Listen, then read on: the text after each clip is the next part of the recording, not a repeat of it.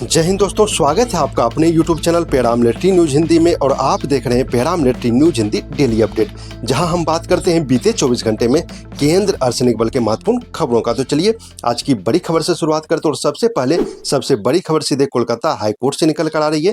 Calcutta high court ने BSF के एक कांस्टेबल की बर्खास्तगी को बरकरार रखते हुए बड़ा संदेश दिया है।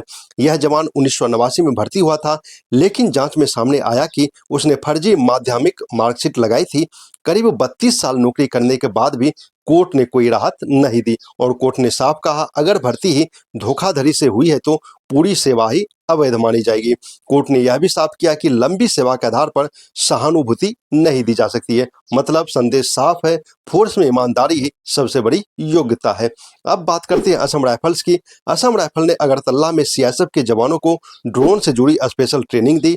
इस ट्रेनिंग में जवानों को अलग अलग प्रकार के ड्रोन, उनके खतरे और SOP के बारे में बताया गया। साथ ही लाइव डेमो के जरिए ड्रोन उड़ाना और पहचान करना भी सिखाया गया। अधिकारियों का कहना है कि इस तरह की ट्रेनिंग से इंटर फोर्स कोऑर्डिनेशन भी मजबूत होता है और आने वाले समय में ड्रोन सिक्योरिटी एक सबसे बड़ी चीज बन सकती है। अब बात करते हैं CSF की। CSF से ही एक और बड़ी खबर निकल कर आ रही है। CSF में बड़ा स्ट्रक्चरल बदलाव होने जा रहा है। CSF के DG श्री प्रवीर रंजन ने योजना के तहत बताया कि अब फोर्स में स्पेशलाइज्ड सेक्टर बनाए जाएंगे, जैसे एयरपोर्ट, संसद, power plant, space installation, steel plant आदि के लिए अलग अलग सेक्टर होंगे। इससे न सिर्फ काम में स्पेशलाइजेशन आएगा, बल्कि ADG, IG, DIG स्तर पर नए पद भी बनेंगे। इनका साफ सीधा संदेश है, जवानों और अधिकारियों को ज्यादा प्रमोशन और करियर ग्रोथ देखने को मिलेगा। अब बात करते हैं एक भावुक खबर की आ रही है CSF से ही। CSF की बहादुर डॉग K9 मौली ने दुनिया को अलविदा कह दिया। डुलियाजन यूनिट में पूरे सैन्य सम्मान के साथ अंतिम विदाई दी गई। अधिकारियों और जवानों ने पुष्पांजलि अर्पित कर अंतिम सलामी दी। मौली ने अपनी सेवा के दौरान कई ऑपरेशनों में अहम भूमिका निभाई थी। एक साइलेंट वॉरियर जिसकी वफादारी और सेवा हमेशा याद रखी जाएगी। एक और बड़ी खबर CSF से ही निकल कर आ रही है। पटना एयरपोर्ट पर सुरक्षा जांच के दौरान एक यात्री के बैग से 3 जिंदा कारतूस बरामद हुए। CSF ने तुरंत कार्रवाई करते हुए यात्री को हिरासत में लेकर पुलिस को सौंप दिया। बताया जा रहा है कि कारतूस 8 mm कैलिबर के थे।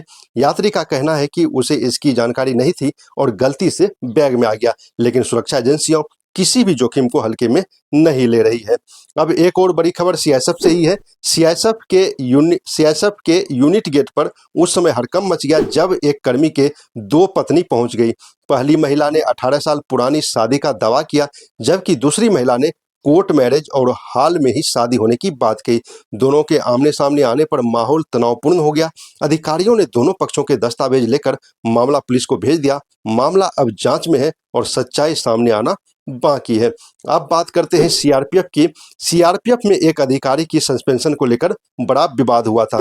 जैसा कि आप लोग को मालूम है, पश्चिम बंगाल में चुनाव ड्यूटी के दौरान कैरम खेलने के मामले में अधिकारी को सस्पेंड किया गया था, लेकिन जवानों और अधिकारियों में भारी नाराजगी के बाद 1 अप्रैल को यह सस्पेंशन वापस ले लिया गया।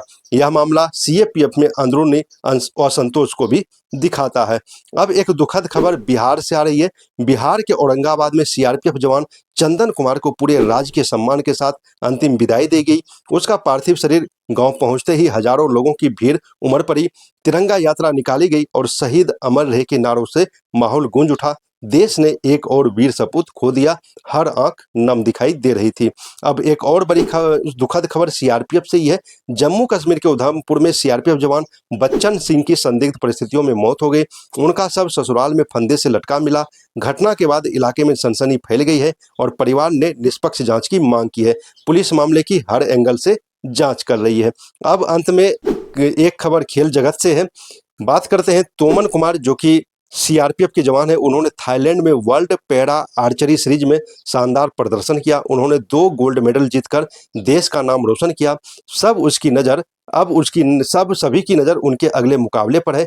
CAPF के जवान सिर्फ सुरक्षा ही नहीं बल्कि खेलों में भी देश का नाम ऊंचा कर रहे हैं। तो दोस्तों, ये थी अब तक की महत्वपूर्ण खबरें। इसी तरह की खबर तथा केंद्र अर्धसैनिक बल के अन्य अपडेट के लिए आप हमारे चैनल को सब्सक्राइब जरूर करें। जय हिंद।